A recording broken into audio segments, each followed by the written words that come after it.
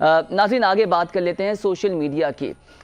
एक social media और ये यूट्यूबर्स और टिकटॉकर्स, जहाँ पर हमें बहुत मस्बत चीज़ें देखने को मिलती हैं, लेकिन कुछ मनफी चीज़ें भी हैं।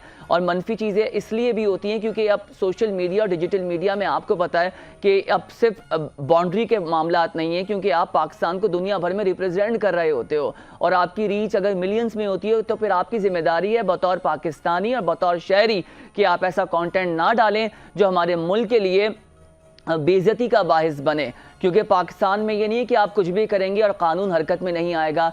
मुझे हमेशा मैं कहता हूँ कि आप अच्छे कंटेंट्स की बात करें, कुछ अच्छे मैसेजेस डालें, लेकिन बंदूक उठा लेना और फिर बंदूक दिखाना, ये आप क्या तासुर दे रहे हैं। दूसरा, आपके जो सोशल मीडिया है, यहाँ पर नौजवान नस्ल बहुत ज़्यादा है, वो इंस्पिरेशंस लेती है, वो क्योंकि आप उनके लिए रोल मॉडल्स हैं। छोटे बच्चे, ये जो अल्फ़ा जनरेशन है वो देख रहे हैं, आपको जेनज़ीज़ देख रहे हैं, आप क्या तासुर दे रहे हैं बंदूक दिखाकर। स्टोरी नाज़रीन मैं थोड़ी सी ब्रीफ करता हूँ। आपने देखी होगी कि हाल ही में डॉक्टर अफान कैसर ने फेसबुक पर एक वीडियो अपलोड की जिसमें उन्होंने नामवर यूट्यूबर्स की भाई और डकी भाई और उनकी अहलिया रूप जतोई की गिरफ्तारी के मामले पर आवाज़ उठाई और उन्होंने ये दावा सामने किया कि सादुर रहमान उर्फ डकी भाई और उनकी अहलिया ने गिरफ्तारी के बाद थाने में एक दूसरे पर इल्ज़ामात भी लगाए, दोनों ने एक दूसरे पे, कि जी इन्होंने उकसाया, उसको प्रोवोक किया कि वो बंदूक दिखाएं और बंदूक की नुमाइश की। ये कि खुश आइन चीज़ नहीं है और बेहतर है कि हमारा कानून हरकत में और इस चीज़ को मॉनिटर करे